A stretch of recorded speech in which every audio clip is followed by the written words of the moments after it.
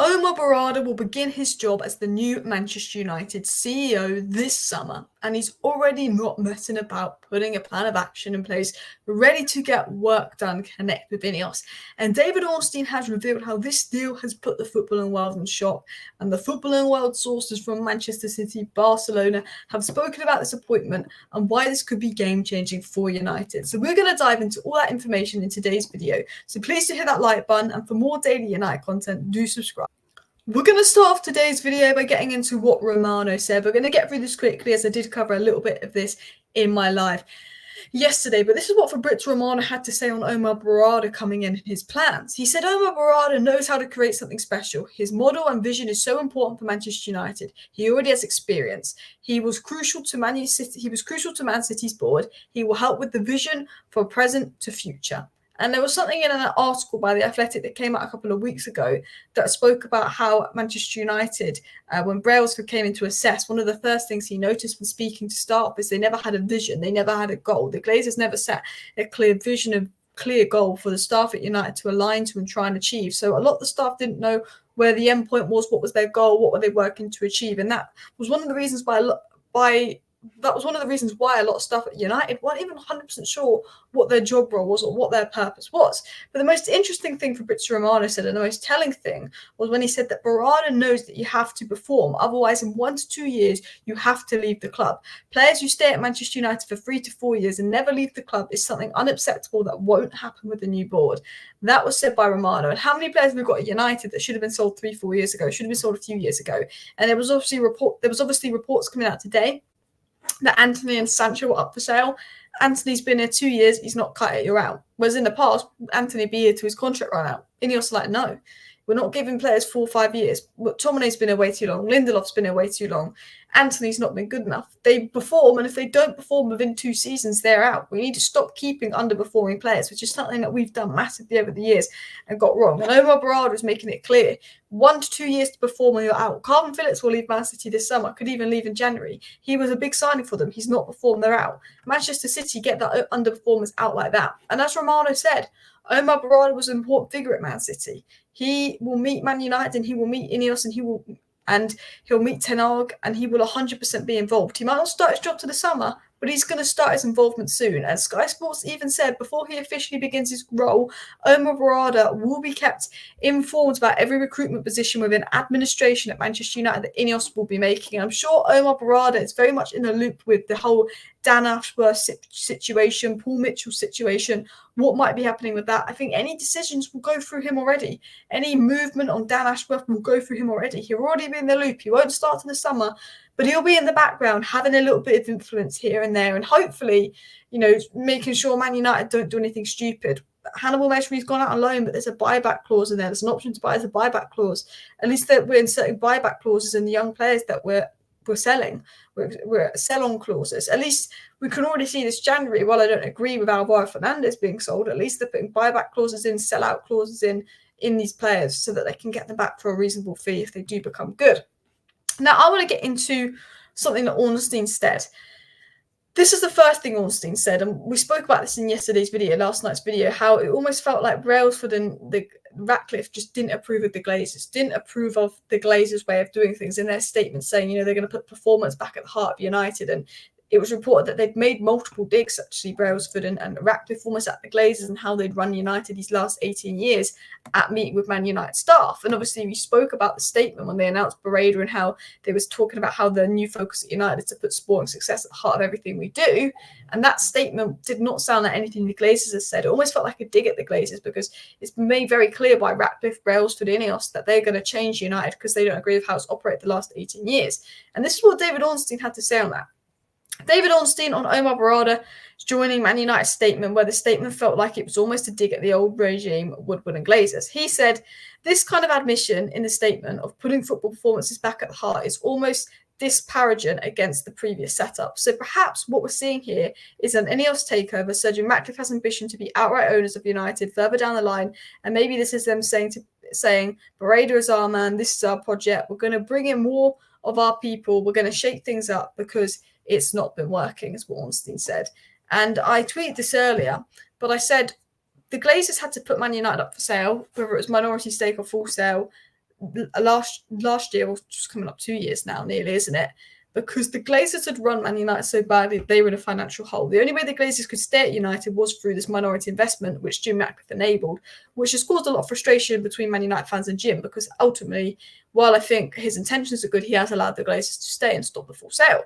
But the Glazers realised that the way they'd run Man United the last 18 years was so bad, it was so unsustainable, they'd done everything wrong, that their only way of surviving at United and making more money out of United is hoping that United finds success on the pitch again. And the Glazers know they're not capable of doing that. And I think they've put their heart into Ratcliffe to try and achieve that. They've let Ratcliffe, Ineos, Brailsford take sport and control, bring in the people to bring Man United back to the top. And I think the Glazers will let Ineos have a lot of power, Brailsford have a lot of power, Berrada have a lot of power, because I think the Glazers know that how they've done things at United 18 years isn't working, and they need to take things back to the top. They need Ratcliffe to do his thing. And I think Berrada wouldn't join United if he wasn't going to be given the power to do what he wanted to do, to make the changes he wanted to make. And I think the Glazers have to sit back and say, you know what, we're going to have to give Jim power. We're going to have to give Berrada the power to do what they want to do, to make the changes that they want to make these next sort of 2 years, because we need the club to get back to winning ways, or we're not going to make much money from the club. And although the ulterior motive of the Glazers is they'll probably want United to succeed and give Ratcliffe some kind of freedom to do that because of their financial gain from it. But I think that is something. I think, although I'm sceptical, actions speak louder than words, I have a feeling that the Glazers know that they almost have to give up a lot of control, a lot of power, because they need to put United into someone that can take control of the football operations to get them back to the top. Because if United don't get back to the top, the Glazers can't stay in much longer, because we won't be generating the kind of money if we continue to be how we are, as unsustainable as we are. But the interesting thing that David Onstein said was this. He said on Omar Berrada, "It feels remarkable. I'm still in shock about it all." David Ornstein's in shock about it all. A lot of people in the footballing world sort of in shock about Man United bringing in Omar Berrada. Apparently, it sent shockwaves through the boards of many Premier League clubs, because no one expected Ineos to just go in there, swoop and steal one of the main men from the City group, highly rated by City, highly rated by Barcelona, get the deal done like that, and he's just come to United.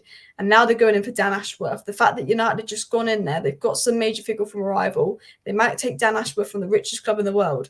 And it's a statement, it's a message. And a lot of people are in shock. They're thinking, wow, Man United have done this. Like, this is big.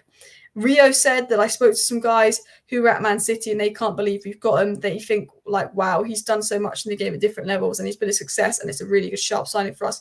Those at City can't believe that Man United got him. They had big future plans for him. He was important for them. They didn't want him to go to United. And then this journalist called Paula Ballas, who works for The Athletic, is a Barcelona-based fan and journalist. So he's coming at this from Barcelona perspective, but he'd be familiar with the guy. He said on Omar Berrada joining United, it's a big, big blow for Man City. He was a top man that was really trusted by City. It had a feeling that they were almost like a family in some way. So to take him out of City and bring him to United is a big move. And that's what sent the shock. City thought this guy was their main man. This guy was loyal. This guy loved City. This is like Rashford moving to Man City in a sense. Like the City were like, this guy's City through and through. And he's gone because he's like, I want to go to United. He's gone to United. And that's a massive move because City never thought that they would lose this guy to United of all people. We turned down numerous clubs, numerous NFL clubs as well in the last year. City thought, yeah, well, he's never going to leave us. He doesn't want to leave us. We've just won the treble. But the City group are doing great. Girona's doing well. And all of a sudden, Man United has still got the Glazers at the helm. He's gone and joined United. But the Glazers are still there. Which again says, surely he wouldn't join United with the Glazers still there unless he genuinely believed that the Glazers had given Ratcliffe maybe the power and that he'll get the power. Julian Lesko even spoke about Omar Berrada joining United. And he said Man United hiring Omar Berrada from Man City as their new CEO looks like a masterstroke. Omar is a very impressive guy. He's a great person to work with and someone I've shared a lot of insightful conversations with during his time at the Etihad. His background is more business-based, focused around the structure of the club, so he'll provide stability in the sense of where it's needed. He's been a big part of progression and the growth of City Football Group, so it's a top acquisition for United and a sensible one. And what he mentions is how is a big part of the growth. And Manchester United, as big as we are, we're almost in a growth period because we're in such a poor period. We need to get from where we are to where we want to be. And he's a big guy in achieving that, sticking to budgets. With the FFP situation, sticking to budgets, sticking to constraints to do that. And we're going to go back into what the Barcelona-based journalist said on Omar Berrada and changing manager, because the big question is, we spoke about Omar Berrada's plans, how he's going to be pretty ruthless. You've got 1 to 2 years to prove yourself and you're out. Could he be ruthless with the manager? I feel there's a feeling within the club that Erik ten Hag needs time. Other things need to change, and I think Ten Hag's future will be assessed at the end of the season. I think there's that plan to potentially give him time, but it was said potentially on this. He said, I don't know this, it's just popped up in my mind. This is just an idea now. But I know how well admired Roberto De Zerbi is at Man City. I don't know, it's just an idea. I don't have any background, source, or report on this. It could possibly be a good idea to start a new project with your man, sporting director, your manager, trying to create a strong bond between the sporting director and coaching staff. He said, maybe De Zerbi. Now, I think depends. I think Ten Hag's future very much depends on between now and the end of the season. There's still a long way to go. He's starting to get his full squad back. We've got one game a week. We might see improvements. We might see the style of play. I think what Ten Hag achieved in his first season, or what he's achieved at Ajax, has given him the credibility to stay at United through this slump, as bad as we've been. I think the injuries haven't helped. And I think Ineos are thinking, well, they keep sacking the manager every 2 years and nothing's changed. It took Fergie 5 years, really, to do much. And he's the greatest of all time. Yes, he spent a lot of money, but look who was spending that money, Murta and Arnold. We're going to give Ten Hag the new structure. We're going to give him time to see if he succeeds. We're going to give him the back in. And if we don't think he's the man, maybe they get rid of him in a good year. But I think they think, well, the Ten Hag's brought a few signings in. We don't really want to mess with that too much. I think they might give Ten Hag time. I think if it gets awful between now and the end of the season, he's gone. Potter, De Zerbi will be looked at. Maybe even McKenna, but she's actually moving for the Crystal Palace job. He's so going Potter, though. If it just goes bad, I think he's out. But if he shows some promise, I think he could stay for a bit, because I think they've got two bigger issues to focus on rather than that. But listen, people, thank you very much for watching today's video. Please do hit that like button. Of course, subscribe down below if you're new. See you next time. Bye.